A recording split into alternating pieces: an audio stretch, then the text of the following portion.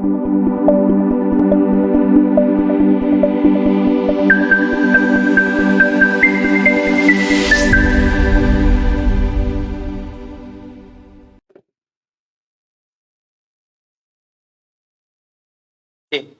so welcome back to One Ace Academy.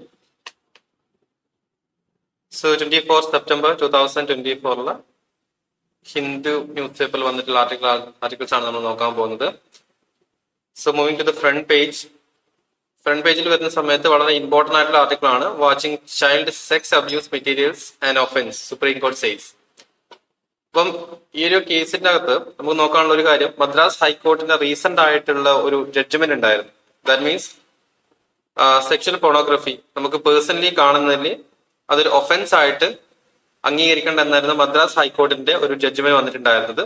So അതിന് overturn ചെയ്യുന്ന ലെവലിലായിരുന്നു supreme കോർട്ടിന്റെ മറ്റൊരു judgement വന്നിട്ടുണ്ടായിരുന്നത്. ദാറ്റ് മീൻസ് ഈ ഒരു ചൈൽഡ് പോണോഗ്രഫി ഏത് രീതിയിൽ കാണുന്നതും അതൊരു സെക്ഷൽ ഒഫൻസ് ആണ് എന്ന ലെവലിലാണ് സുപ്രീം കോർട്ടിന്റെ റീസെന്റ് ആയിട്ടുള്ള ജഡ്ജ്മെന്റ് വന്നിട്ടുള്ളത്.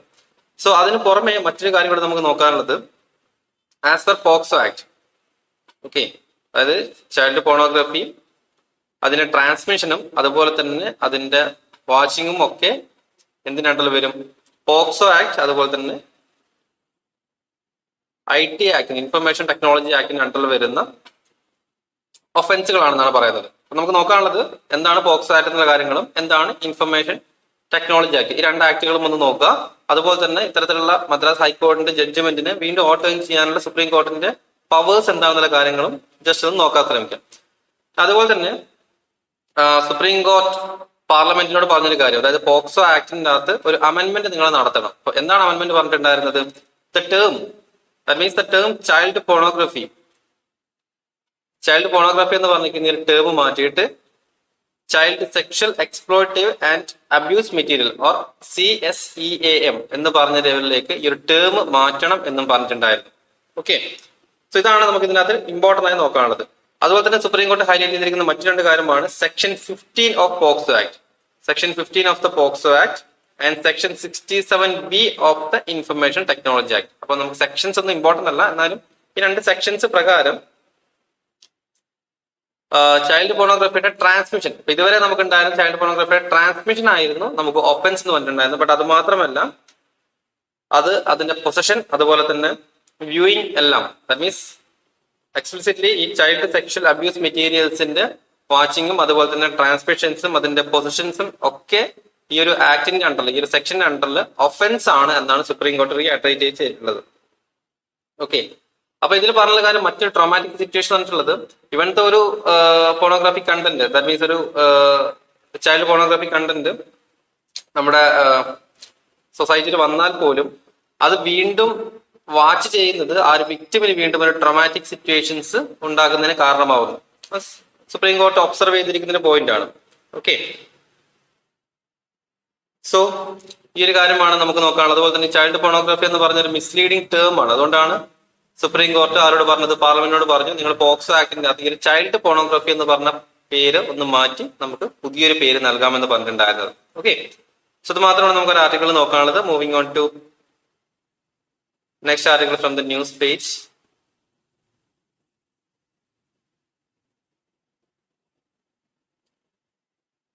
Okay, ന്യൂസ് പേജിൽ വരുന്ന സമയത്തുള്ള ഫസ്റ്റ് ആർട്ടിക്കിൾ എന്ന് പറയുന്നത് Trinamool BJP fight for credit for fab proposal. Fab proposal കേൾക്കുമ്പോൾ തന്നെ ഓർത്തിരുന്നോളൂ, സെമി കണ്ടക്ടർ ഇൻഡസ്ട്രീസ് ആണ്. അപ്പൊ ഫാബ് അല്ലെങ്കിൽ ഫാബ്രിക്കേഷൻ എന്ന് പറയുന്ന സമയത്ത് സെമി കണ്ടക്ടർ ഇൻഡസ്ട്രീസിനെയാണ് ബേസിക്കലി പറയുന്നത്. അപ്പൊ റീസെന്റ് ആയിട്ട് പ്രൈം മിനിസ്റ്ററിന്റെ US വിസിറ്റില്, അപ്പം US പോയി വിസിറ്റ് നടത്തുന്ന സമയത്ത് കൊൽക്കത്തയിൽ പുതിയൊരു സെമി കണ്ടക്ടർ പ്ലാന്റ് കൊണ്ടുവരണം എന്നൊരു ഡിസ്കഷൻ ഉണ്ടായിരുന്നു. ഇവിടെ അതിന്റെ ക്രെഡിറ്റ് നിലവിലുള്ള ബംഗാൾ ഗവൺമെന്റ് എടുക്കാനുള്ള ഒരു തയ്യാറെടുപ്പാണ് അവിടെ നടത്തിക്കൊണ്ടിരിക്കുന്നത്. ഓക്കെ, സോ അതാണ് ഈ ഒരു ആർട്ടിക്കിൾസ് നമുക്ക് ഫോക്കസ് ചെയ്യേണ്ട ഒരു പോയിന്റ്. അപ്പം ഈ ഒരു ഫാക്ടറി അല്ലെങ്കിൽ ഈ ഒരു ഫാബ്രിക്കേഷൻ അല്ലെങ്കിൽ ഈ ഒരു സെമി കണ്ടക്ടർ ഫാക്ടറി കൊൽക്കത്തയിലാണ് എസ്റ്റാബ്ലിഷ് ചെയ്യാൻ പോകുന്നത്. സോ അതിന്റെ മെയിൻ ഫോക്കസിങ് ഏരിയ എന്ന് വെച്ച് കഴിഞ്ഞാൽ എസ്പെഷ്യലി കമ്മ്യൂണിക്കേഷൻ, സെൻസിങ്, അതുപോലെ തന്നെ power electronics, then national security. ഇപ്പൊ നാഷണൽ സെക്യൂരിറ്റിക്ക് ആവശ്യമായിട്ടുള്ള കമ്മ്യൂണിക്കേഷൻ, പവർ ഇലക്ട്രോണിക്സ്, അതുപോലെ next generation telecommunication, green energy applications, തുടങ്ങിയിരിക്കുന്ന കാര്യങ്ങൾക്ക് next generation telecommunication, green energy application തുടങ്ങിയിരിക്കുന്ന കാര്യങ്ങൾ എൻഹാൻസ് ചെയ്യുന്നതിന് വേണ്ടിയിട്ടാണ് ഇന്ത്യ ഗവൺമെന്റ് എന്ത് ചെയ്യുന്നത്, പുതിയൊരു സെമി കണ്ടക്ടർ പ്ലാന്റ് നമ്മുടെ കൊൽക്കത്തയിൽ ക്രിയേറ്റ് ചെയ്യാൻ പോകുന്നത് അല്ലെങ്കിൽ എസ്റ്റാബ്ലിഷ് ചെയ്യാൻ പോകുന്നത്. അടുത്തതിൽ പൊളിറ്റിക്കൽ ന്യൂസ് ആണ്. ദാറ്റ് മീൻസ് അതിന് ക്രെഡിറ്റ് ബംഗാൾ ചീഫ് മിനിസ്റ്ററും അതിന് ഓപ്പോസിഷൻ പാർട്ടീസ് ഒക്കെ എടുക്കാനാണ് ശ്രമിക്കുന്നത് പറയുന്നത്. ബട്ട് നമുക്ക് നോക്കാനുള്ളത് കൊൽക്കത്തയിൽ പുതിയൊരു സെമി കണ്ടക്ടർ പ്ലാന്റ് വരാനുള്ള തയ്യാറെടുപ്പുകളുണ്ട്. ഇതുവരെ വന്നിട്ടില്ല എന്നുള്ള കാര്യങ്ങളോടൊന്ന് ഓർത്തിരിക്കും. ഓക്കെ, സോ ഇതിന് യു എസിലുള്ള വിസിറ്റിൽ പ്രൈം മിനിസ്റ്റർ മോദിയുടെ യു എസിലെ വിസിറ്റിൽ ഗ്ലോബൽ ഫൗണ്ടറീസ് എന്ന് പറയുന്നത് വേൾഡ് തന്നെ 3rd ലാർജസ്റ്റ് ആയിട്ടുള്ള ചിപ്പ് മേക്കർ കമ്പനീസ് ആണ് ഈ പറഞ്ഞിട്ടുള്ള ഈ ഗ്ലോബൽ ഫൗണ്ടറീസ് എന്ന് പറയുന്നത്. ഓക്കെ, അപ്പൊ പേരുകൾ നമുക്ക് വേണമെന്നില്ല കേട്ടോ. ബട്ട് അതൊരു ചിപ്പ് മേക്കർ കമ്പനിയുമായിട്ടാണ് ഒരു ടൈപ്പ് ഉണ്ടായിട്ട് ഇന്ത്യയിൽ ഒരു പ്ലാന്റ് തുടങ്ങുന്നതിന് വേണ്ടിയിട്ട് ഇന്ത്യ ഡിസ്കഷൻ നടത്തിയിട്ടുണ്ടായിരുന്നത്. സോ ഇത്രയുമാണ് നമുക്കൊരു ആർട്ടിക്കിൾസ് നോക്കാനുള്ളത്.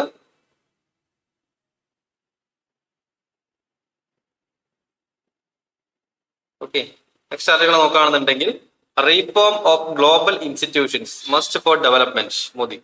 ഇപ്പൊ G20 പ്രസിഡൻഷ്യൽഷിപ്പ് നിൽക്കുന്ന സമയത്ത് അപ്പം നമുക്കറിയാം G20 കൺട്രീസ് അതുപോലെ തന്നെ UNSC തുടങ്ങിയിരിക്കുന്ന കാര്യങ്ങളൊക്കെ നമ്മൾ വളരെ ഫാക്ച്വൽസ് ആയിട്ടുള്ള പോയിന്റുകളാണ്. ആദ്യം അതെന്താണെന്ന് മനസ്സിലാക്കാൻ ശ്രമിക്കും. എന്താണ് യുണൈറ്റഡ് നേഷൻസ്, എന്താണ് G20, എന്താണ് UNSC, united nations security council തുടങ്ങിയിരിക്കുന്ന കാര്യങ്ങൾ.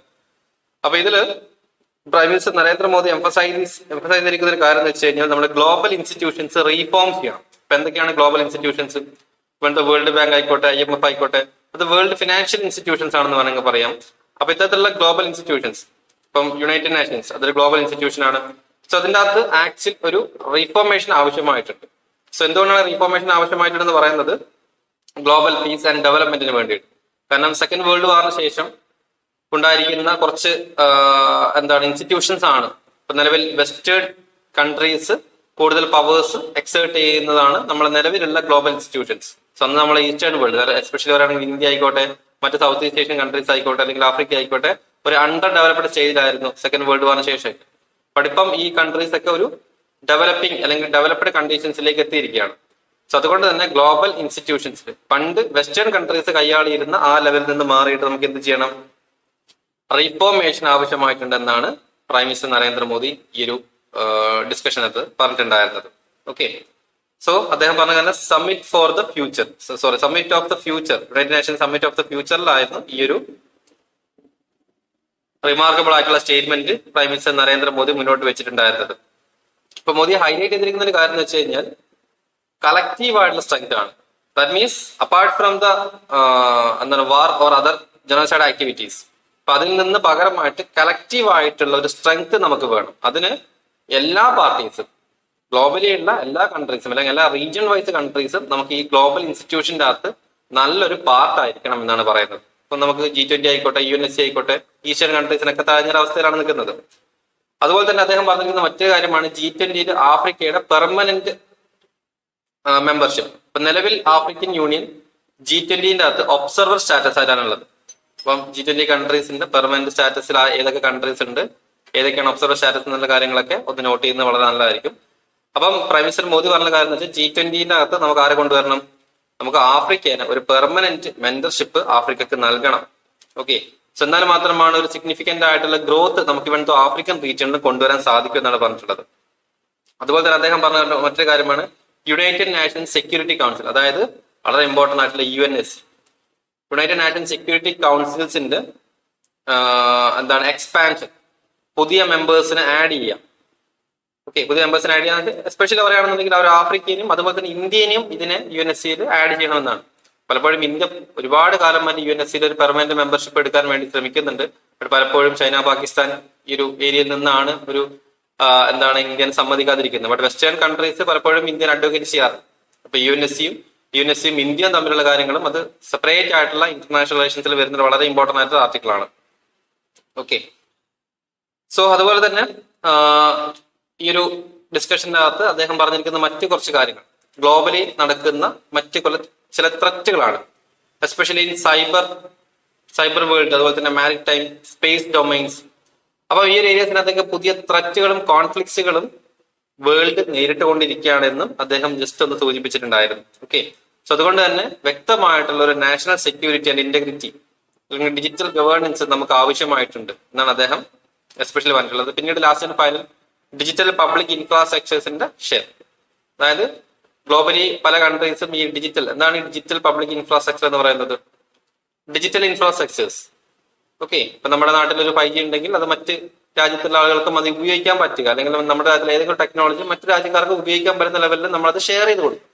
സോ അദ്ദേഹം പറയുന്നത് ഗ്ലോബലി ഇത്തരത്തിലുള്ള ഡിജിറ്റൽ പബ്ലിക് ഇൻഫ്രാസ്ട്രക്ചേഴ്സിന്റെ ഷെയറിംഗ് ആവശ്യമായിട്ടുണ്ട്. നമുക്ക് എന്തെങ്കിലും യുഎസിൽ പോയിട്ട് ഒരു ആവശ്യം ഉണ്ടെങ്കിൽ നമുക്ക് അവിടുത്തെ ഡിജിറ്റൽ ഇൻഫ്രാസ്ട്രക്ചേഴ്സ് യൂസ് ചെയ്യാം എന്നാണ് പറയുന്നത്. ഓക്കെ, സോ അത്രയുമാണ് ഈ ഒരു മീറ്റിംഗിൽ പറഞ്ഞിട്ടുണ്ടായിരുന്നത്.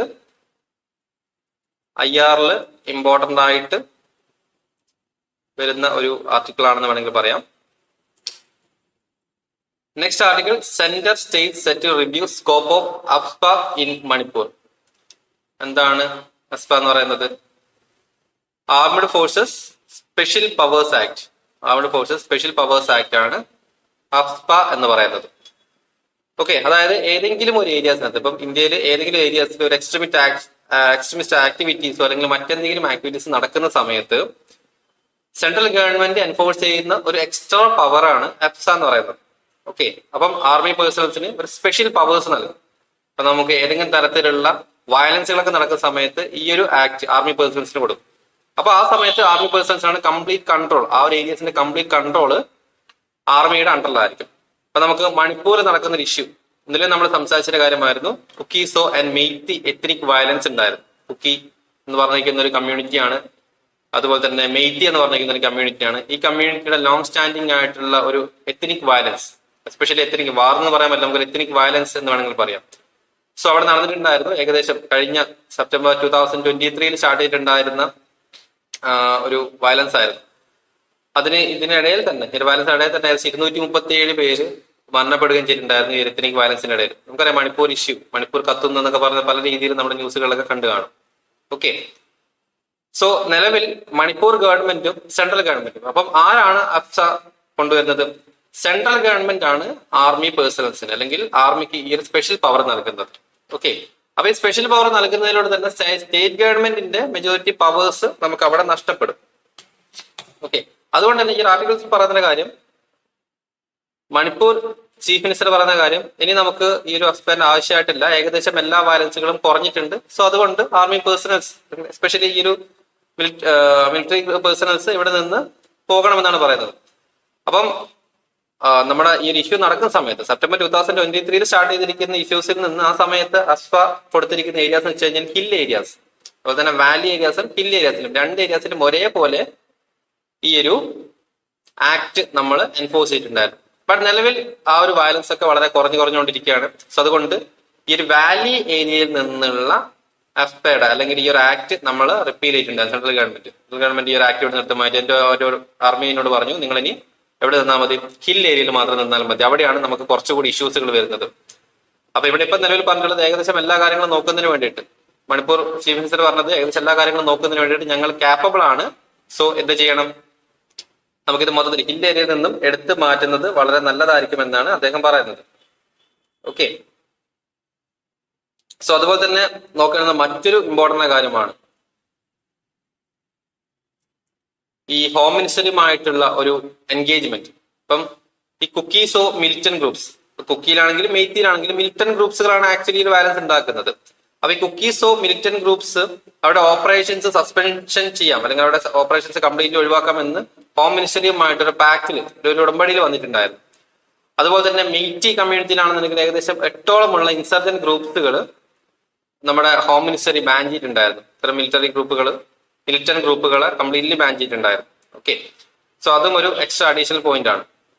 പിന്നീട് ഇതിൽ ഇമ്പോർട്ടന്റ് ആയ കാര്യം എന്ന് വെച്ച് കഴിഞ്ഞാൽ നമ്മുടെ നാഷണൽ ഇൻവെസ്റ്റിഗേഷൻ ഏജൻസി NIA പറഞ്ഞിരിക്കുന്നത്, അതായത് മണിപ്പൂരിന്റെ സിറ്റുവേഷൻ അല്ലെങ്കിൽ മണിപ്പൂരിന്റെ ജോഗ്രഫിക്കൽ ലൊക്കേഷൻ നിങ്ങൾ ഓർത്തിരിക്കുക. മ്യാൻമാറിന് തൊട്ടടുത്താണ് നമ്മൾ മണിപ്പൂർ നിൽക്കുന്നത്, Myanmar in connection with China.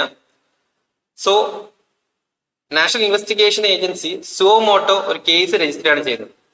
That means ഈ ട്രാൻസിഷണൽ കോൺഫറൻസ്, അതായത് മ്യാൻമാർ ബേസ്ഡ് ആയിട്ടുള്ള ടെറർ ഔട്ട്ഫിറ്റുകൾ അത് മണിപ്പൂരിലേക്ക് വരുന്നുണ്ട്. അതുപോലെ തന്നെ ഈ ഒരു കമ്മ്യൂണിറ്റീസിന് അവിടെ നിന്ന് ട്രെയിൻ ചെയ്യിപ്പിച്ച് ഇന്ത്യയിലെ ഈ ഒരു ഇഷ്യൂസുകൾ അല്ലെങ്കിൽ ഇന്റേണൽ വയലൻസ് എക്സാബറേറ്റ് ചെയ്യാൻ വേണ്ടിയിട്ട് മ്യാൻമാറിൽ നിന്ന് ശ്രമിക്കുന്നു എന്നൊരു കാര്യം കൂടി നമ്മുടെ NIA കണ്ടെത്തിയിട്ടുണ്ടായിരുന്നു. Okay, that means exploiting the current ethnic untrust. അവർ ആ എത്നിക് അൺട്രസ്റ്റുകളെ എക്സ്പ്ലോയിറ്റ് ചെയ്യുക എന്ന് ഉദ്ദേശിക്കുന്നത്. ഓക്കെ, സോ ഇത്രയുമാണ് നമുക്ക് ഒരു ആർട്ടിക്കിൾ നോക്കാനുള്ളത്. എന്താണ് എഫ്സ എന്ന് പറഞ്ഞിരിക്കുന്ന ആക്ട് വളരെ ഡീറ്റെയിൽ ആയിട്ട് മാത്രം നോക്കാം. In prelims point of view നിലവിലുള്ള കുക്കി മേറ്റി കമ്മ്യൂണിറ്റി മണിപ്പൂരിൽ ഇരിക്കുന്ന ഇഷ്യൂസ് എന്താണെന്നുള്ള കാര്യങ്ങൾ ജസ്റ്റ് നോക്കാം. Next article, Punjab Haryana vow to eliminate stubble burning this winter. അപ്പൊ വിന്റർ ആവുന്ന സമയത്ത് നമ്മൾ കാണുന്ന ഏറ്റവും ഇമ്പോർട്ടന്റ് കാര്യമാണ് ഡൽഹിയിൽ കാണുന്ന ഡൽഹിയിൽ സ്മോക്ക് അല്ലെങ്കിൽ വിസിബിലിറ്റി കംപ്ലീറ്റ്ലി ഇല്ലാതാവുന്ന തരത്തിലുള്ള പുകപടലങ്ങൾ. നമുക്ക് വിന്റർ ആവുന്ന സമയത്താണ് ആക്ച്വലി ഈ ഒരു ഫോഗ് കൂടുതലും കാണപ്പെടുന്നത്. അപ്പൊ വിന്റർ സമയം വരാൻ പോവുകയാണ്. അപ്പൊ വരാൻ പോകുന്ന സമയത്ത് കഴിഞ്ഞ തവണയൊക്കെ കണ്ട പോലെ എയർ ക്വാളിറ്റി, ഡൽഹിയിലൊക്കെ എയർ ക്വാളിറ്റി ഭയങ്കര വേസ്റ്റ് ആവുന്നതിന് പകരമായിട്ട് അപ്പൊ എങ്ങനെയാണ് വേസ്റ്റ് ആവുന്ന കാര്യം എന്ന് വെച്ച് കഴിഞ്ഞാൽ മെജോറിറ്റി അതിന്റെ തൊട്ടടുത്തുള്ള സ്റ്റേറ്റുകളായ പഞ്ചാബ് ഹരിയാനയിൽ നിന്നുള്ള സ്റ്റബിൾ ബേണിംഗ് എന്ന് വെച്ച് കഴിഞ്ഞാൽ നമ്മൾ ഈ പാഡി കൾട്ടിവേഷൻ, നെൽകൃഷിയൊക്കെ കഴിഞ്ഞ ശേഷം ഈ കൊയ്ത്ത് കഴിഞ്ഞ ശേഷം വളരെ ചെറിയ എന്താണ് തണ്ടുകൾ ബാക്കി ഉണ്ടായിരുന്നു. അപ്പൊ സാധാരണ ഇത് ഉഴുതുമറിക്കാറാണ് പതിവ്, ഇല്ലെങ്കിൽ ഇത് കംപ്ലീറ്റ്ലി കട്ട് ചെയ്ത് കളയാറാണ് പതിവ്. പക്ഷെ ഹെക്ടേഴ്സ് ഓഫ് ഏരിയാസിലേക്ക് ഇത് വ്യാപിച്ച് കിടക്കുന്നുണ്ടെങ്കിൽ എന്ത് ചെയ്യും? ഇതിനവർ ചെയ്യുന്ന ഏറ്റവും സിമ്പിൾ പരിപാടിയാണ് ബേൺ ചെയ്യുക, കത്തിക്കുക എന്നുള്ളത്. ഇതിനാണ് നമ്മൾ സ്റ്റബിൾ ബേണിംഗ് എന്ന് പറയുന്നത്. അപ്പൊ അത് അടുത്ത പ്രാവശ്യത്തേക്കുള്ള വളവുമായി മാറുകയും ചെയ്യും. അപ്പൊ ഈ സ്റ്റബിൾ ബേണിംഗിൽ കൂടുതൽ എമിഷൻസുകൾ പുറത്തേക്ക് വരും. അപ്പൊ ഈ ഒരു എമിഷൻസും അതുപോലെ തന്നെ നമുക്ക് വരുന്ന ട്രേഡ് വിൻസുകൾ, ഈ ട്രേഡ് വിൻസുകൾ എങ്ങോട്ട് കൊണ്ടുവരും? ഈ പുകയാണ്, ഈ കംപ്ലീറ്റ് പുകയാണ് ഡൽഹി ഏരിയയിലേക്ക് കൊണ്ടുവരും. അവിടെ നിന്ന് വീണ്ടും വെഹിക്കുലർ എമിഷൻസ്, ഇൻഡസ്ട്രിയൽ എമിഷൻസ്, ഈ എമിഷൻസിലൂടെ ഒക്കെ വന്ന് കംപ്ലീറ്റ് പുകപടലം നിറഞ്ഞിരിക്കുന്നതാണ് ഡൽഹിയുടെ കണ്ടീഷൻസ്. സോ ഇങ്ങനെയാണ് ആക്ച്വലി ഡൽഹിയിലുള്ള ഈ ഒരു എയർ ക്വാളിറ്റി വേഴ്സണായിക്കൊണ്ടിരിക്കുന്നത്. ഓക്കെ, അപ്പൊ അതുകൊണ്ട് തന്നെ വിന്റർ സമയത്ത് എന്ന് പറയുന്നത് നമുക്കത് ജോഗ്രഫി എത്തുന്ന സമയത്ത് ഡീറ്റെയിൽ ആയിട്ട് പഠിക്കാം. ക്ലൈമറ്റോളജി ഏരിയയിൽ എത്തുന്ന സമയത്ത് വിന്റർ സമയത്താണ് കൂടുതലും ഈ സ്മോഗ് അല്ലെങ്കിൽ ഫോഗ് ഉണ്ടാവുന്നതിന് സാധ്യത കൂടുതലുള്ളത്. ഓക്കെ, അപ്പം അതിന് മുന്നോടിയായിട്ട് പഞ്ചാബ് ഹരിയാന പറഞ്ഞിരിക്കുന്ന സ്റ്റേറ്റുകൾ പറഞ്ഞതാണ് നമ്മൾ ഡൽഹിയിൽ അല്ലെങ്കിൽ നാഷണൽ ക്യാപിറ്റൽ റീജിയണിൽ ഈ ഒരു എയർ ക്വാളിറ്റി ഡിറ്റോറേറ്റ് ചെയ്യാൻ ഈ പ്രാവശ്യം ശ്രമിക്കുന്നില്ല. മാക്സിമം സ്റ്റെബിൾസ് അവർ എലിമിനേറ്റ് ചെയ്യുക, അതായത് ബേൺ ചെയ്യാതെ മാക്സിമം സ്റ്റെബിൾസുകളെ എലിമിനേറ്റ് ചെയ്യാൻ വേണ്ടിയിട്ട് പഞ്ചാബ് ഹരിയാന ഗവൺമെന്റുകൾ ശ്രമിക്കാം. സോ അങ്ങനെയാണെന്നുണ്ടെങ്കിൽ നമുക്ക് ഡൽഹിയിലെ എയർ ക്വാളിറ്റി ഒന്ന് ചെക്ക് ചെയ്യാന്നുള്ളതാണ്. ഇത് പ്രിലിംസ് പോയിന്റ് ഓഫ് വ്യൂലല്ല, മെയിൻസ് പോയിന്റ് ഓഫ് വ്യൂലുള്ള ഒരു ആർട്ടിക്കിൾ ആണ്. ചെറിയ രീതിയിൽ മാത്രമേ കണ്ടതെന്ന് മാത്രമേ ഉള്ളൂ. ഇനി നമുക്ക് വിന്ററൊക്കെ എത്തുന്ന സമയത്ത് ഡീറ്റെയിൽ ആയിട്ട് ഈ ആർട്ടിക്കിൾ കാണാം കേട്ടോ. അപ്പം അതും ഓർത്തിരുന്നോളൂ. ജസ്റ്റ് പേപ്പർ 3 ഡിസാസ്റ്റർ മാനേജ്മെന്റ് അല്ലെങ്കിൽ എൻവയോൺമെന്റിൽ നിന്ന് ചോദിക്കാൻ സാധ്യമായിട്ടുള്ള ഒരു ക്വസ്റ്റ്യൻ ആയിരിക്കും. ആ ഒരു ഏരിയ ഒന്ന് സ്റ്റാർ ചെയ്ത് വെക്കുക. ഓക്കെ, നെക്സ്റ്റ് ആർട്ടിക്കിൾ, പ്രിയത് will be always want to be part of meaningful dialogues on Kashmir. അപ്പൊ കാശ്മീരിലെ ഒരു സംഘടനയാണ് ഹുറിയത്ത് എന്ന് പറഞ്ഞിട്ടുള്ളത്. സോ നമുക്കറിയാം നമ്മുടെ Jammu and Kashmir reorganisation act 2019 Jammu and കാശ്മീരിന്റെ സ്പെഷ്യൽ പവേഴ്സ് നമ്മൾ എടുത്തു മാറ്റിയതിനു ശേഷം പിന്നീട് പുതിയൊരു ആക്ട് ഗവൺമെന്റ് കൊണ്ടുവന്നു. എന്താണ്? Jammu and Kashmir reorganisation act എന്ന് പറഞ്ഞിട്ടുള്ളത്. അപ്പൊ അതുവരെ ഉണ്ടായിട്ടുള്ള ഇൻഡിവിജ്വൽ ആയിട്ട് ഗവൺമെന്റ് നേടിക്കൊണ്ടിരിക്കുന്ന അല്ലെങ്കിൽ ഗവൺമെന്റ് ചെയ്തുകൊണ്ടിരിക്കുന്ന കുറച്ച് പവേഴ്സ് ഉണ്ടായിരുന്നു ജമ്മു ആൻഡ് കാശ്മീർ. സോ അത് എടുത്തു മാറ്റിയിട്ടാണ് ഈ ഒരു റീഓർഗനൈസേഷൻ ആക്ട് ആര് കൊണ്ടുവരുന്നത്? നമ്മുടെ സെൻട്രൽ ഗവൺമെന്റ് അവിടെ എൻഫോഴ്സ് ചെയ്യുന്നത്. അപ്പൊ അതിനുശേഷം റീസെന്റ് ആയിട്ട് ഇതിന്റെ എലക്ഷൻസ് ജമ്മു ആൻഡ് കാശ്മീരിൽ ഒരു ഡെമോക്രാറ്റിക് വ്യവസ്ഥിതി കൊണ്ടുവരണം, അല്ലെങ്കിൽ ജനാധിപത്യ വ്യവസ്ഥിതി രീതിയിലുള്ള ഒരു എലക്ഷൻ റീസെന്റ് ആയിട്ട് നടന്നിട്ടുണ്ടായിരുന്നു. ഓക്കെ, നമ്മൾ ആർട്ടിക്കിള് എലക്ഷൻ നടക്കുന്നതിന് മുന്നേ നമ്മൾ പറഞ്ഞിട്ടുണ്ടായിരുന്നു എലക്ഷൻ നടക്കാൻ പോകുന്നുള്ള കാര്യം. അപ്പൊ എലക്ഷൻ നടന്നതിന് ശേഷം വളരെ പീസ്ഫുൾ ആയിട്ടുള്ള എലക്ഷൻ ആണ്, വളരെ പീസ്ഫുൾ ആയിട്ടുള്ള സിറ്റുവേഷൻ ആണ് ജമ്മു ആൻഡ് കാശ്മീർ എന്നാണ് പറയുന്നത്. ബട്ട് ഈ ഹുറിയത്ത് ലീഡർ ആയിട്ടുള്ള ഹുറിയത്തിന്റെ ചെയർപേഴ്സൺ മിർവായിസ് ഉമർ ഫറൂഖ് പറഞ്ഞിട്ടുള്ള കാര്യം എന്ന് വെച്ച് കഴിഞ്ഞാൽ ഇവിടെ പീസ്ഫുൾ ആയുള്ള ആക്ടിവിറ്റീസുകളൊന്നും നടക്കുന്നില്ല ആക്ച്വലി. കാരണം ഇവിടുത്തെ യൂത്ത് ആയിക്കോട്ടെ, അതുപോലെ തന്നെ ചെറിയ ലീഡേഴ്സ് ആയിക്കോട്ടെ, അവരൊക്കെ ജയിലിലാണ്. പിന്നീട് എന്ത് തരത്തിലുള്ള പീസ് ടോക്കാണ് ഇവിടെ നടക്കുന്നത്? എന്ത് തരത്തിലുള്ള പീസ്ഫുൾ ആയിട്ടുള്ള അന്തരീക്ഷമാണ്? അതായത് ഫണ്ടമെന്റൽ റൈറ്റ്സുകൾ കംപ്ലീറ്റ്ലി ബാൻ ചെയ്തിരിക്കുകയാണ്. ഇന്റർനെറ്റ് ബാൻ ചെയ്ത കാര്യങ്ങളൊക്കെ നമ്മളൊരിക്കൽ സംസാരിച്ചിട്ടുണ്ടായിരുന്നു. ഓക്കെ,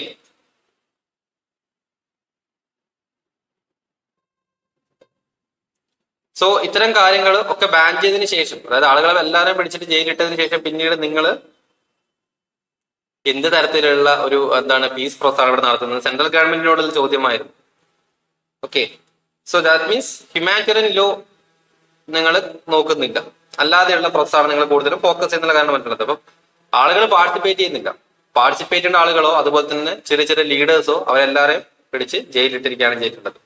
ഓക്കെ, അപ്പൊ കാശ്മീർ അദ്ദേഹം ഓർമ്മിപ്പിച്ചിരിക്കുന്ന മറ്റൊരു ഇമ്പോർട്ടന്റ് കാര്യം, നമ്മൾ ഈ ആർട്ടിക്കിൾ എടുക്കുന്നതിന് മെയിൻ കാര്യം, അദ്ദേഹം ജസ്റ്റ് ഒന്ന് മെൻഷൻ ചെയ്ത കാര്യം വെച്ചാൽ കാശ്മീർ എന്ന് പറഞ്ഞിരിക്കുന്നത് എപ്പോഴും വളരെ ഇമ്പോർട്ടന്റ് ആയിട്ടുള്ള ഏരിയ ആണ്. ഓക്കെ, തീർച്ചയായിട്ടും നമുക്ക് വളരെ ഇമ്പോർട്ടന്റ് ഏരിയ ആണ്. ബിക്കോസ് കാശ്മീർ ആയിക്കോട്ടെ, പാകിസ്ഥാൻ ആയിക്കോട്ടെ അല്ലെങ്കിൽ ചൈന ആയിക്കോട്ടെ, ഈ രണ്ട് ഏരിയയിൽ നിന്നും നമുക്ക് ഒരേ രീതിയിൽ ത്രെറ്റ് വരുന്ന ഒരു ഏരിയ ആണ്. നമ്മളിപ്പോ മണിപ്പൂരിന്റെ ഇഷ്യൂ ഇപ്പൊ പറഞ്ഞതേ ഉള്ളൂ, അതിനേക്കാൾ വലിയ രീതിയിലുള്ള ത്രെറ്റുകൾ നടക്കുന്ന ഒരു ഏരിയ ആണ് നമ്മുടെ ഈ ഒരു കാശ്മീർ റീജിയൻ. സോ അതുകൊണ്ട് തന്നെ അതിനെ വളരെ പീസ്ഫുൾ ആയിട്ട് അല്ലെങ്കിൽ അവിടുത്തെ ലോക്കൽ ലീഡേഴ്സിനെയും കൂടി ഇൻക്ലൂഡ് ചെയ്തിട്ട് കൊണ്ടുവരുന്നത് നമുക്ക് ഇമ്പോർട്ടന്റ് ആയിട്ടുള്ള കാര്യമെന്നാണ് ഇദ്ദേഹം പറയുന്നത്. സോ കാശ്മീർ ഒരു സ്ട്രാറ്റജിക് ആയിട്ടുള്ള ഒരു ഏരിയ ആണെന്ന് അദ്ദേഹം സൂചിപ്പിക്കുന്നുണ്ട്.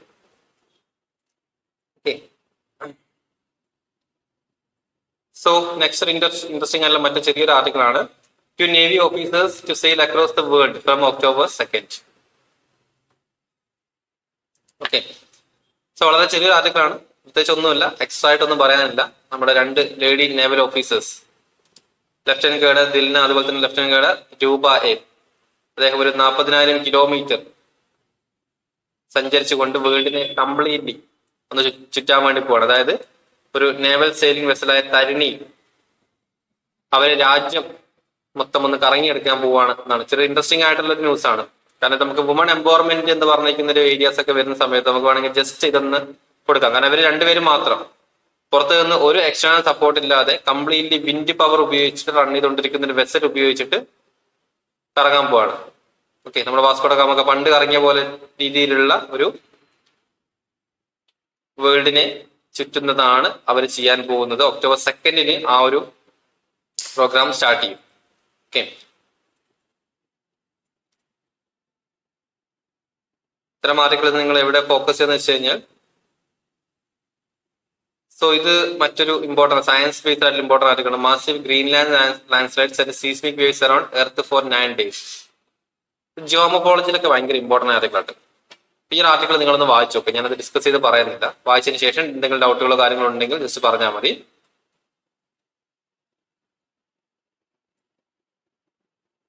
Moving on to editorial page, weighing in on business as usual with China. Article in simple പോയിന്റിൽ പറഞ്ഞുതരാം.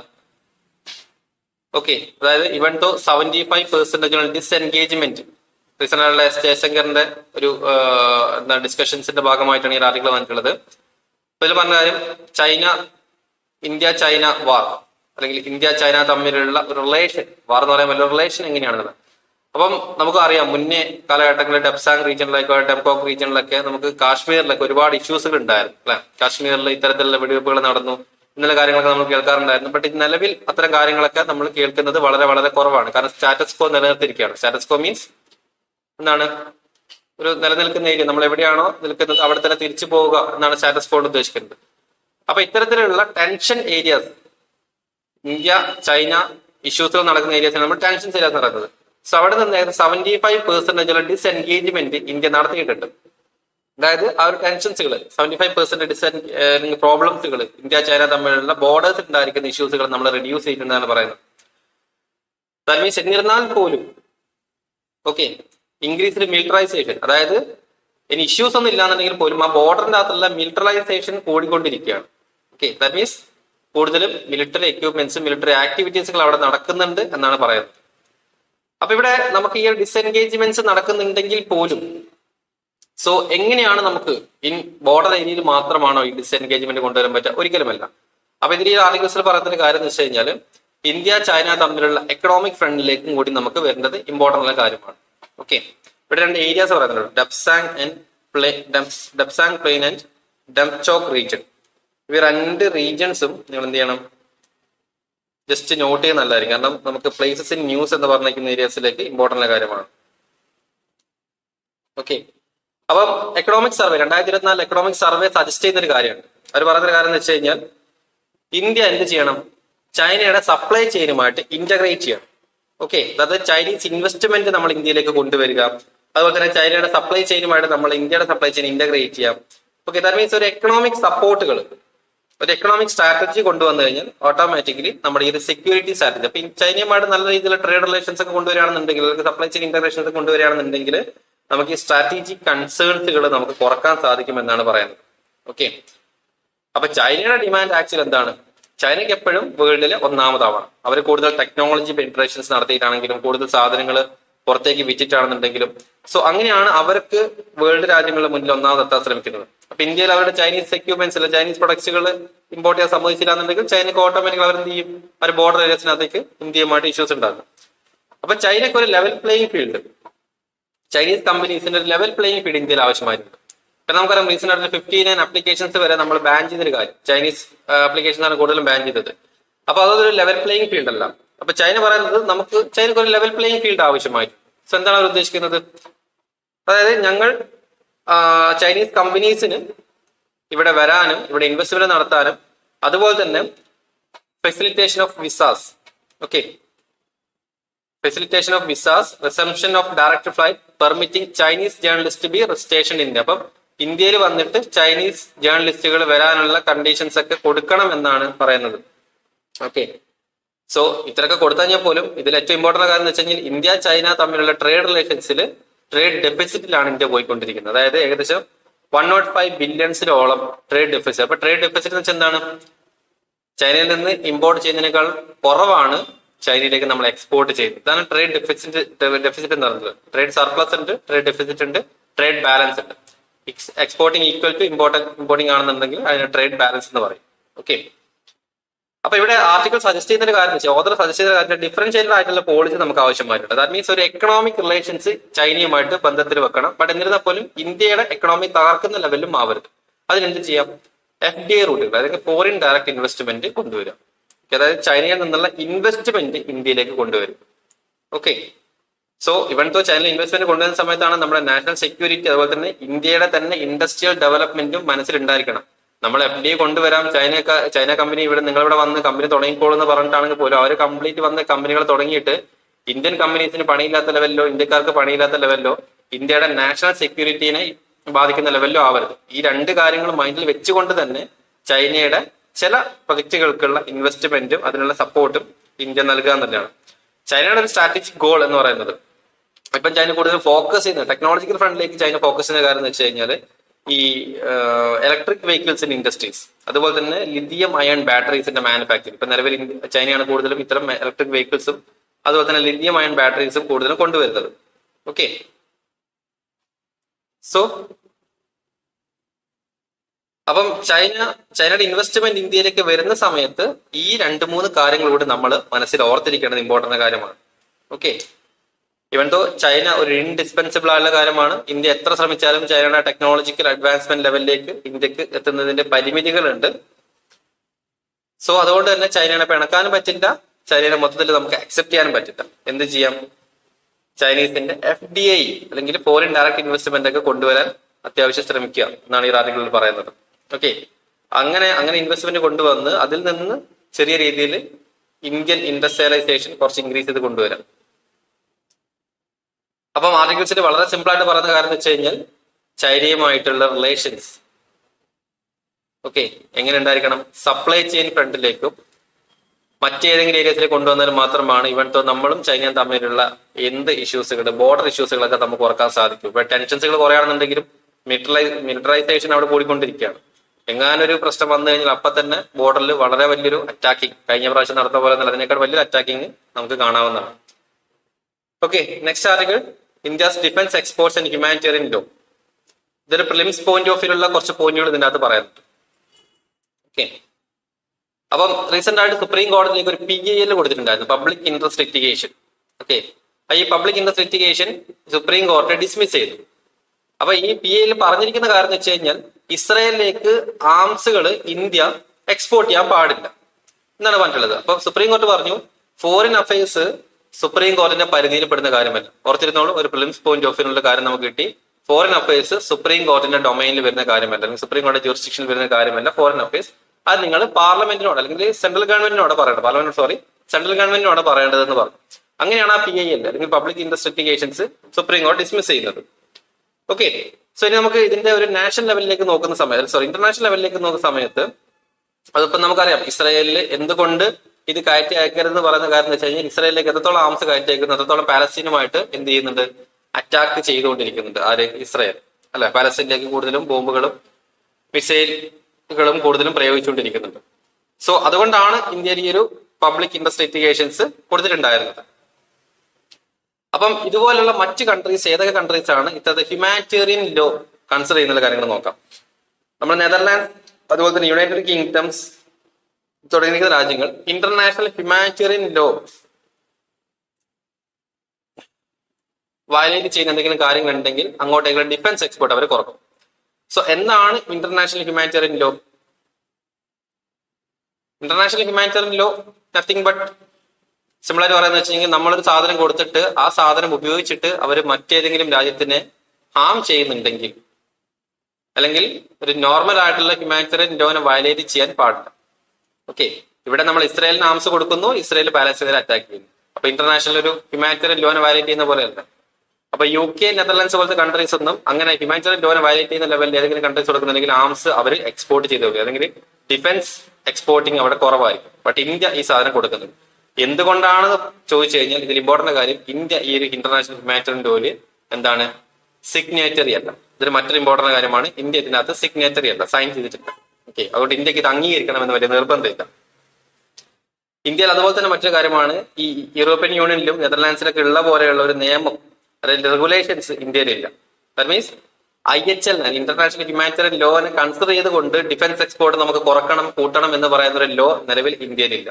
ഇന്ത്യയിൽ ആകെയുള്ള നിയമങ്ങൾ എന്ന് വെച്ച് കഴിഞ്ഞാൽ ഫോറിൻ ട്രേഡ് ആക്ട് ഓഫ് 1992, അതുപോലെ തന്നെ weapons of mass destruction act of 2005. ഈ രണ്ട് ആക്ടുകൾ ഇവിടെ പറയുന്നത്, ഈ രണ്ട് ആക്ടുകൾ മാത്രമാണ് നിലവിലുള്ളൂ. ഓക്കെ, സോ ഇതിൽ പറഞ്ഞത് എന്താ വെച്ചാൽ ഈ ഒരു ആക്ട് പ്രകാരം ഇന്ത്യക്ക് റെസ്ട്രിക്ഷൻസ് ഉണ്ട്. ദാറ്റ് മീൻസ് ഇന്ത്യ റെസ്ട്രിക്ഷൻസ് എന്താണ്? International obligations. ഇപ്പൊ ഇന്റർനാഷണൽ ഒബ്ലിഗേഷൻ വെച്ച് കഴിഞ്ഞാൽ നാഷണൽ അല്ലെങ്കിൽ നമ്മുടെ ഈ ഒരു ഗ്ലോബൽ ഗ്രൂപ്പിംഗ് ഒക്കെ പറയുന്ന പോലെയുള്ള ഒബ്ലിഗേഷൻസ് മാത്രമേ ഉള്ളൂ. ബട്ട് IHLന്റെ ഒബ്ലിഗേഷൻസ് ഇല്ല. അത് ഇന്റർനാഷണൽ ഹ്യൂമാനിറ്റേറിയൻ ലോന്റെ ബേസിലുള്ള ഒബ്ലിഗേഷൻ ഇല്ല, because India is not a signature. Okay, so അതിന്റെ കംപ്ലൈൻസ് ഇന്ത്യക്ക് നിലവിലില്ല. അതുപോലെ തന്നെ മോസ്റ്റ് ഇമ്പോർട്ടന്റ് മറ്റൊരു ട്രീറ്റി ആണ് arms trade treaty, regulating the international trade in conventional arms. അപ്പൊ ആർട്ടിക്കിൾ 63, ഇപ്പം ATT എന്ന് പറയുന്നത് ആംസ് ട്രേഡ് ട്രീറ്റി എന്ന് പറഞ്ഞ ഒരു ഇന്റർനാഷണൽ ലോ ആണ്. സോ ഒരു ATT-നകത്ത് ആർട്ടിക്കിൾ 6 ക്ലോസ് 3 പറഞ്ഞ കാര്യം എന്ന് വെച്ച് കഴിഞ്ഞാൽ would be used to inter area commit war crimes. അതായത് ആംസ് ട്രേഡ് ട്രീറ്റ്, നമ്മളൊരു ചെറിയ തോക്കുകളോ കാര്യങ്ങളോ ഉണ്ടായി കഴിഞ്ഞാൽ അത് മറ്റു രാജ്യത്തേക്ക് എക്സ്പോർട്ട് ചെയ്യുന്നതിന് പറ്റിയിട്ടുള്ള ഒരു ട്രീറ്റിയാണ് ATT അല്ലെങ്കിൽ ആംസ് ട്രേഡ് ട്രീറ്റി എന്ന് പറഞ്ഞിട്ടുള്ളത്. അപ്പം ഈ ആംസ് ട്രേഡ് ട്രീറ്റിന്റെ അകത്തും ഈ ആർട്ടിക്കിൾ 6 ക്ലോസ് 3 പറയുന്ന കാരണം എന്ന് വെച്ച് കഴിഞ്ഞാൽ രാജ്യങ്ങൾ തമ്മിൽ ഈ ആംസിന്റെ കൺവെൻഷണൽ ആയിട്ടുള്ള ആംസ് തോക്കുകളും കാര്യങ്ങളും അത് എക്സ്പോർട്ട് ചെയ്യാൻ പാടില്ല. ഏത് സമയത്ത്? ഇവൻ അതൊരു വാർ ക്രൈംസിന് യൂസ് ചെയ്യുന്നു എന്ന് തോന്നുകയാണെന്നുണ്ടെങ്കിൽ അത് എക്സ്പോർട്ട് ചെയ്യാനോ ഇമ്പോർട്ട് ചെയ്യാനോ പാടില്ല എന്ന് പറയുന്നുണ്ട്. ATT ഇന്ത്യക്ക് ബൈൻഡിങ് ആണ്, ബിക്കോസ് ATT-യിൽ ഇന്ത്യ സിഗ്നേച്ചറി ആണ്. അതുകൊണ്ട് ATT പറയുന്നു, നിങ്ങൾ ഇത് വാർ ക്രൈമിന് കൊടുക്കുന്ന ഒരു ഇതാണ് എന്നുണ്ടെങ്കിൽ നിങ്ങൾ അത് എക്സ്പോർട്ട് ചെയ്യുന്നുണ്ടെങ്കിൽ ഇന്ത്യ അത് അംഗീകരിക്കണം, ബിക്കോസ് ഇന്ത്യ അതിനകത്ത് സിഗ്നേച്ചറി ആയിട്ടുള്ള കാര്യമാണ്. ഇനി കോമൺ ആയിട്ടുള്ള മറ്റൊരു കാര്യമാണ് നമുക്ക് ജനീവ കൺവെൻഷൻ. അപ്പൊ ഇത്തരത്തിലെ കാര്യങ്ങളിലൊക്കെ കൂടുതൽ ഫോക്കസ് ജനീവ കൺവെൻഷൻ ആണ്. ജനീവ കൺവെൻഷൻ ഒരുപാട് കൺവെൻഷൻസ് ഉണ്ട്, അതിലൊരു കൺവെൻഷൻ മാത്രം പറയാം. ഈ ജനീവ കൺവെൻഷൻസിൽ കോമൺ ആയിട്ടുള്ള ആർട്ടിക്കിൾ 1 പറയുന്ന കാര്യം എന്ന് വെച്ച് കഴിഞ്ഞാൽ which is binding on India, because Geneva കൺവെൻഷൻസിൽ ഇന്ത്യ ഏകദേശം സിഗ്നേറ്ററി ആണ്. സോ അതിൽ പറഞ്ഞ കാര്യം എന്ന് വെച്ച് കഴിഞ്ഞാൽ all states to respect and ensure respect for IHL as it was held by the international courts of justice. അതായത് ICJ, ഇവിടെ നമുക്ക് ഒരു പോയിന്റ് കൊടുക്കിട്ടില്ല. ICJ എന്താണ് ഇന്റർനാഷണൽ കോർട്സ് ഓഫ് ജസ്റ്റിസ് എന്നുള്ള കാര്യങ്ങളൊന്ന് നോട്ട് ചെയ്യാൻ ശ്രമിക്കും കേട്ടോ. As per ICJ, as per international court of justice പ്രകാരം ജനീവ കൺവെൻഷനിൽ ആർട്ടിക്കിൾ 1 പറഞ്ഞൊരു കാര്യമാണ്, നിങ്ങൾ ട്രേഡിങ്സ് നടത്തുകയോ കാര്യങ്ങളോ എന്ത് വേണമെങ്കിലും ചെയ്തോളൂ. സോ ബട്ട് നിങ്ങൾ എന്ത് ചെയ്യണം? IHL-നെ റെസ്പെക്ട് ചെയ്യണം. Okay, that means international humanitarian law നിങ്ങൾ കൺസിഡർ ചെയ്യണം. അത് നിങ്ങളോട് ഒബ്ലിഗേറ്ററി ആയിട്ടുള്ള കാര്യമാണ്, നിങ്ങളത് കൺസിഡർ ചെയ്യണം, ബട്ട് അത് മാൻഡേറ്ററി അല്ല. ഓക്കെ, ദാറ്റ് മീൻസ് കാരണം അത് റെസ്പെക്ട് ചെയ്യണം. അപ്പൊ ഞങ്ങൾ നമ്മളൊരു ആംസ് അയച്ചതിന് ശേഷം പറയുന്നത് ഓക്കെ ഞാൻ റെസ്പെക്ട് ചെയ്യുന്നതിന്റെ കാര്യമില്ല, കാരണം അതിൽ പ്രോപ്പർ ആയിട്ടുള്ള ആർട്ടിക്കിൾ ബേസ്ഡ് ആയിട്ടുള്ള സൈനിങ് ഒന്നും നമ്മൾ ചെയ്തിട്ടില്ല എന്നുള്ളതാണ്. ഓക്കെ, സോ അത്രയാണ് നമുക്ക് ഒരു ആർട്ടിക്കിൾ നോക്കാനുള്ളത്. ആർട്ടിക്കിളിന്റെ ഹെഡിങ് നോക്കി കഴിഞ്ഞാൽ India's defence export and humanitarian law. ആർട്ടിക്കിൾസിൽ എന്താണോ ഹെഡിങ് പറഞ്ഞിട്ടുള്ളത് അതേപോലെ തന്നെയാണ് നമുക്ക് ഇവിടെ നോക്കാനുള്ളത്. കുറച്ച് prelims point of and mains point ഉള്ള ആർട്ടിക്കിൾസ് നമുക്ക് ഇതിനകത്ത് ലഭിച്ചിട്ടുണ്ട്. Moving on next article, a provision fraught with practical problems.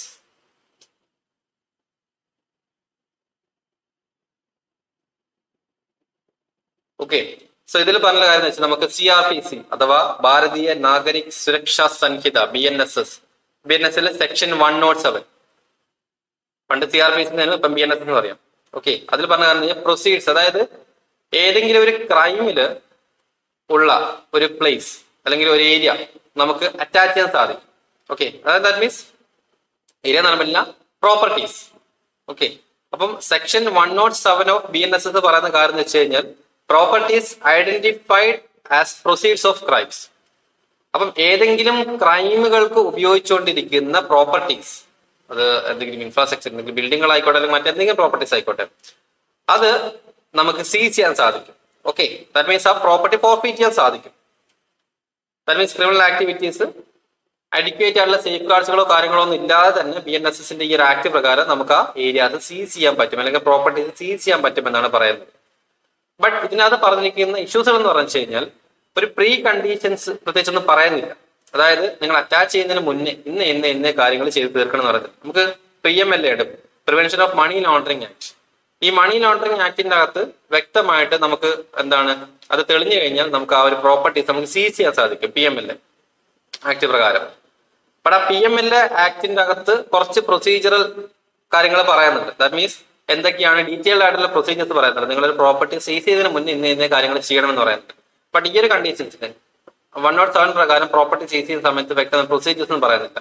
ആ ഒരു ഏരിയാസ് ഏതെങ്കിലും അല്ലെങ്കിൽ ആ ഒരു പ്രോപ്പർട്ടി ഏതെങ്കിലും തരത്തിലുള്ള വാറന്റ് അല്ലെങ്കിൽ തരത്തിലുള്ള ക്രൈമിന് കാരണമായിട്ടുണ്ടെങ്കിൽ എന്ത് ചെയ്യാൻ പാടില്ല, അത് എടുക്കാം, നിങ്ങൾക്ക് സീസ് ചെയ്യാമെന്നാണ് പറഞ്ഞിട്ടുള്ളത്. ഓക്കെ, വിതൗട്ട് എനി ട്രയൽസും കാര്യങ്ങളൊന്നും ഇല്ല. ഒരു ക്രൈമിൽ അകപ്പെട്ട സ്ഥലമാണെന്ന് പോലീസുകാർക്ക് ഫീൽ ചെയ്ത് കഴിഞ്ഞാൽ അവർക്ക് അപ്പം തന്നെ അത് സീസ് ചെയ്യാം ആ ഒരു ഏരിയ. ഓക്കെ, അതൊരു ഫെയർനെസ് ആയിട്ടുള്ള അപ്രോച്ച് അല്ല എന്നാണ് പറയുന്നത്. Because article 300A of the constitution പറയുന്ന കാര്യം എന്ന് വെച്ച് കഴിഞ്ഞാൽ no person shall be deprived of his property save by authority of law. Article 300 പറയുന്നൊരു കാര്യമാണ്. 300A ഇന്ത്യൻ കോൺസ്റ്റിറ്റ്യൂഷനിൽ 300A പറയുന്നൊരു കാര്യം. നമ്മുടെ ദ ഫേമസ് കേശവാനന്ദ ഭാരതി കേസൊക്കെ വന്നിരിക്കുന്നത് ഈ ഒരു ആർട്ടിക്കിൾ ചേഞ്ച് ചെയ്തതിന്റെ ഭാഗമായിട്ട് ഫണ്ടമെന്റൽ റൈറ്റിൽ നിന്ന് റൈറ്റ് പ്രോപ്പർട്ടി മാറ്റിയിട്ട് അത് ജസ്റ്റ് ഒരു ലോ മാത്രമാക്കി മാറ്റിയിട്ടുണ്ടായിരുന്നു. ഓക്കെ, സോ അതാണ് ആർട്ടിക്കിൾ 300. ആർട്ടിക്കിൾ 300 പറയുന്നത് no person shall be deprived of his property save by authority of law. ഒരാളുടെയും സ്ഥലം നമ്മൾ പിടിച്ചു വാങ്ങാൻ പാടില്ല. ഓക്കെ, സോ ഇവിടെ എന്താണ്, ഒരു ട്രയലും നടക്കാതെ ഒരു ക്രൈം നടന്നു അതുകൊണ്ട് ആ പ്രോപ്പർട്ടി ഞങ്ങൾ സീസ് ചെയ്യാണെന്ന് പറയുന്നതാണ് ഇവിടെ നടക്കുന്നത്. പക്ഷെ ഒരു വ്യക്തമായിട്ടുള്ള ഫെയർ പ്രൊസീജിയേഴ്സ് ആവശ്യമായിട്ടുണ്ട്, ട്രയൽ പ്രൊസീജിയേഴ്സ് ആവശ്യമായിട്ടുണ്ടെന്നാണ് പറയുന്നത്. അത് സിമ്പിൾ ആണല്ലോ. ആർട്ടിക്കിൾ 107 ഓഫ് BNSSഉം അതുപോലെ തന്നെ 300A തമ്മിലുള്ള കോൺഫ്ലിക്റ്റ് ആണ് ആക്ച്വലി ആ ഒരു ആർട്ടിക്കിൾസിൽ പറയുന്നത്. Next article how to enable transit oriented development. So ഈ ആർട്ടിക്കിൾ ജസ്റ്റ് ഒന്ന് വായിച്ചു നോക്കുക. ഇതിൽ പറയുന്ന കാര്യം വളരെ സിമ്പിൾ ആയിട്ടുള്ള കാര്യം എന്ന് വെച്ച് കഴിഞ്ഞാൽ ട്രാൻസ്പോർട്ടേഷൻ വളരെ ഇമ്പോർട്ടന്റ് ആണ് ഡെവലപ്മെന്റൽ ആക്ടിവിറ്റിക്ക് അല്ലെ. Transit and transportation. അപ്പം ബാംഗ്ലൂർ ഏരിയസിനൊക്കെ പറ്റിയ കാരണം നമുക്ക് ഇന്ത്യയിൽ തന്നെ മെട്രോ പ്രൊജക്ടുകൾ ഇന്ത്യ ഒരുപാട് കൊണ്ടുവരാൻ ശ്രമിക്കുന്നുണ്ട്. എന്തിനാണ് മെട്രോ പ്രൊജക്ടുകൾ കൊണ്ടുവരാൻ ശ്രമിക്കുന്നത്? ട്രാൻസ്പോർട്ടേഷൻ ഈസി ആക്കുക. എത്രത്തോളം ട്രാൻസ്പോർട്ടേഷൻ ഈസി ആണെന്നുണ്ടെങ്കിൽ മാത്രമാണ് നമ്മൾ കൂടുതൽ വർക്ക് ഫോഴ്സുകൾ അല്ലെങ്കിൽ ജോബ് ഓപ്പർച്യൂണിറ്റീസ് അല്ലെങ്കിൽ ഡെവലപ്മെന്റ് ഉണ്ടാവുകയുള്ളൂ. നമുക്ക് ഇവിടുത്തെ ബാംഗ്ലൂരേക്ക് ഒരു തരത്തിലുള്ള ആക്സസ് ലഭിക്കുന്നില്ല, അല്ലെങ്കിൽ കേരളത്തിൽ നിന്ന് ബാംഗ്ലൂരേക്ക് പോകാനുള്ള ആക്സസ് ലഭിക്കുന്നില്ല എന്നുണ്ടെങ്കിൽ എന്ത് സംഭവിക്കും? ആരും ബാംഗ്ലൂരേക്ക് ജോലിക്ക് പോയില്ല, ബാംഗ്ലൂർ ഡെവലപ്മെന്റ് ആക്ടിവിറ്റീസ് നടക്കില്ല. സോ നമുക്ക് ഈസി ആയിട്ടുള്ള ട്രാൻസ്പോർട്ടേഷൻ ഉള്ളത് കൊണ്ടാണ് നമുക്ക് എന്ത് സാധിക്കുന്നത്? ഡെവലപ്മെന്റ് നടക്കുന്നത്. സോ ഇവിടെ വളരെ പ്രിസൈസ് ആയിട്ടുള്ള കുറച്ച് കാര്യങ്ങൾ മെട്രോ സ്റ്റേഷൻസുകൾ സ്ഥാപിക്കുന്നതിനെ പറ്റിയിട്ടും അതുപോലെ തന്നെ കൂടുതൽ ഇൻഡസ്ട്രീസിനെ എൻകറേജ് ചെയ്യുന്നുണ്ട്. അവിടെ എന്ത് പറയുന്നത്, നിങ്ങൾ ഈ ട്രാൻസ്പോർട്ടേഷൻ നടത്താൻ പറ്റുന്ന ഏരിയയിൽ തന്നെ കൊണ്ടുവരാൻ ശ്രമിക്കും. അങ്ങനെയാണ് കൺജഷൻ നമുക്ക് കുറക്കാൻ സാധിക്കും. ഓക്കെ, നഗരങ്ങൾ നോക്കുകയാണെന്നുണ്ടെങ്കിൽ ഒരു പെർട്ടിക്കുലർ ഏരിയയിലേക്ക് മാത്രമാണ് കൂടുതൽ ഇൻഡസ്ട്രീസ് വരുന്നത്. അത് എമിഷൻസിന് മറ്റു കാര്യങ്ങൾക്ക് സാധിക്കും. എന്തുകൊണ്ടാണ്? ഈ നഗരത്തിലേക്ക് എല്ലാ ഏരിയയിൽ നിന്നും ഈ സിറ്റിയിലേക്ക് നമുക്ക് ആക്സസ് ഉണ്ടായിരിക്കും അല്ലെ. ട്രാൻസ്പോർട്ടേഷൻ ആക്സസ് ഉള്ളത് കൊണ്ടാണ് നമ്മൾ എല്ലാവരും അങ്ങോട്ടേക്ക് പോയിക്കൊണ്ടിരിക്കുന്നത്. സോ അത് കുറക്കുക, എന്നാൽ മാത്രമേ നമുക്ക് ആ ഒരു കൺജഷൻ നമുക്ക് കുറക്കാൻ സാധിക്കും. തുടങ്ങിയിരിക്കുന്ന കുറച്ച് കാര്യങ്ങളാണ് ഇതിൽ പറയുന്നത്.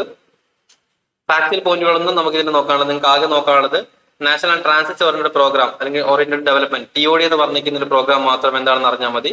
ബാക്കി ഏകദേശം മെയിൻസിന് ആവശ്യമായിട്ടുള്ള പോയിന്റ് ആണ്. ഓർത്തിരുന്നോളൂ, വീണ്ടും ഇമ്പോർട്ടന്റ് ആയിട്ടുള്ള ആർട്ടിക്കിൾ ആണ്. ട്രാൻസ്പോർട്ടേഷൻ എങ്ങനെയാണ് ഒരു ഏരിയയുടെ ഡെവലപ്മെന്റൽ ആക്ടിവിറ്റീസിന് കാരണമാവുന്നത്. ഇവന്തോ നമുക്ക് മെയിൻസിൽ ഒരു പോയിന്റ് ആയിട്ട് കോട്ട് ചെയ്യാം. ഈ ഒരു ട്രാൻസ്പോർട്ടേഷൻ നമുക്ക് എത്രത്തോളം ഹെൽപ്പ് ചെയ്യുന്നുള്ള കാര്യങ്ങളൊക്കെ. ഓക്കെ, അപ്പോ ഒന്ന് ഓർത്തിരുന്ന് നോക്കാം. നമുക്കറിയില്ലേ ഒരു ട്രാൻസ്പോർട്ടേഷൻ വന്നു കഴിഞ്ഞാൽ എത്രത്തോളം ഡെവലപ്മെന്റൽ ആക്ടിവിറ്റീസ് നമുക്ക് കൊണ്ടുവരാൻ പറ്റും എന്നുള്ളത്. ഒരുപാട് കാര്യങ്ങൾ പറയുന്നുണ്ട്. ട്രാൻസ്പോർട്ടേഷൻ പറയുന്ന സമയത്ത് അതിനകത്ത് TOD എന്ന് വെച്ച് കഴിഞ്ഞാൽ വ്യക്തമായിട്ടുള്ള ടൗൺ പ്ലാനിങ്ങിനെ പറ്റി പറയുന്നുണ്ട്. That means walking, cycling, mass transit തുടങ്ങിയ കാര്യങ്ങളെ പറ്റിയൊക്കെ ഡിസ്കഷൻ ചെയ്യുന്നുണ്ട്. Okay,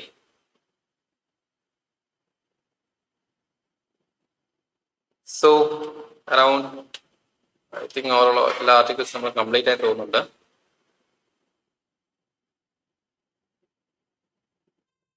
Okay, next article. What is California's new anti-deepfake bill and can stop manipulated political ads? ഇപ്പൊ കാലിഫോർണിയയിൽ പുതിയൊരു ആഡ് ഒരു പുതിയ നിയമം കൊണ്ടുവന്നിട്ടുണ്ടായിരുന്നു. Deep fake. നമുക്കറിയാം AI വെച്ചിട്ട് അവിടെ ഇലക്ഷൻ നടക്കാനിരിക്കുകയാണ്. അപ്പൊ ഇലക്ഷന്റെ അകത്ത് പലതരത്തിലുള്ള വ്യാജ പ്രചരണങ്ങളും AI ഉപയോഗിച്ചിട്ട് കൊണ്ടുവരാൻ സാധ്യതയുണ്ട്. സോ അതിന് മുന്നേ കാലിഫോർണിയ ഒരു നിയമം കൊണ്ടുവന്നതാണ്. ആ നിയമവുമായി ബന്ധപ്പെട്ടിരിക്കുന്ന കാര്യങ്ങളാണ്. അപ്പം ഇത് കാലിഫോർണിയയുടെ ബില്ലാണ്, നമുക്ക് ആവശ്യമായിട്ടില്ല. ബട്ട് എന്നിരുന്നാൽ പോലും ഇന്ത്യയിൽ ഇങ്ങനത്തെ ഒരു ബില്ലിന്റെ ആവശ്യകത ഉണ്ട് നിലവിൽ. ഓക്കെ, അതുകൊണ്ട് ഈ ഒരു ആർട്ടിക്കിൾ ഒന്ന് വായിച്ചു നോക്കുക. ജസ്റ്റ് സ്പീഡിൽ ഒന്ന് വായിച്ചു നോക്കിയാൽ മാത്രം മതി. കാരണം ഈ ഒരു ആർട്ടിക്കിൾസിൽ നിന്ന് ഇന്ത്യ ഒരു AI ബേസ്ഡ് ആയിട്ടുള്ള ഒരു ബില്ല് അല്ലെങ്കിൽ ഒരു നിയമം കൊണ്ടുവരികയാണെന്നുണ്ടെങ്കിൽ എന്തൊക്കെയാണ് ഇന്ത്യ പഠിക്കേണ്ടത്. So from the act India എന്തൊക്കെ പഠിക്കണം, അല്ലെങ്കിൽ ഇന്ത്യ ഏതൊക്കെ രീതിയിൽ കൊണ്ടുപോകണം. അപ്പൊ നമുക്ക് കുറച്ച് പോയിന്റുകൾ ഇതിൽ നിന്ന് കിട്ടും. ഡീപ് ഫേക്ക് ബില്ലിന്റെ അകത്ത് കാലിഫോർണിയ കൊണ്ടുവന്നിരിക്കുന്ന കുറച്ച് ഐഡിയാസുകൾ ഇതിനകത്ത് പറയാം.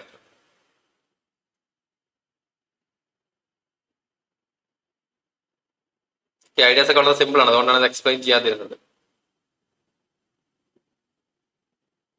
ഓക്കെ, ഇത്രയാണ് നമുക്ക് ഇന്നത്തെ ആർട്ടിക്കിൾസിൽ ഫോക്കസ് ചെയ്യാനുള്ളത്. ഓക്കെ, സോ ഏതെങ്കിലും ആർട്ടിക്കിൾസിൽ ഡൗട്ടോ കാര്യങ്ങളോ ഉണ്ട്, അതുപോലെ തന്നെ നിങ്ങൾക്ക് ആർട്ടിക്കിൾ മനസ്സിലായില്ല എന്നുണ്ടെങ്കിൽ നിങ്ങൾ കമന്റ് ബോക്സിൽ ചോദിക്കാവുന്നതാണ്. വളരെ സിമ്പിൾ ആയിട്ട് ഒറ്റയും പെട്ടെന്ന് തീർക്കാമെന്നാണ് ഉദ്ദേശിക്കുന്നത്. പലപ്പോഴും വളരെ കുറച്ച് ഡീപ്പായിട്ട് പോകുന്നുണ്ട്. സോ ബിഗിനേഴ്സിനെ കുറിച്ച് ഉള്ളത് കൊണ്ടാണ് ഇനി അങ്ങോട്ടേക്ക് നമ്മൾ കുറച്ചുകൂടി സ്പീഡിലായിരിക്കും. ആർട്ടിക്കിൾസിൽ എന്താണെന്ന് മാത്രമേ പറഞ്ഞു തരികയുള്ളൂ. ബാക്കി നിങ്ങൾ ആർട്ടിക്കിൾ വായിച്ച് മനസ്സിലാക്കുക. ഒരിക്കലും ആർട്ടിക്കിൾസിന്റെ ഇത്ര ഡീപ്പായിട്ട് അനലൈസ് ചെയ്ത് തരുന്നതായിരിക്കില്ല. Anyway, thank you. നാളെ മറ്റൊരു ന്യൂസ് പേപ്പർ സെറ്റ് കാണാം. Good bye.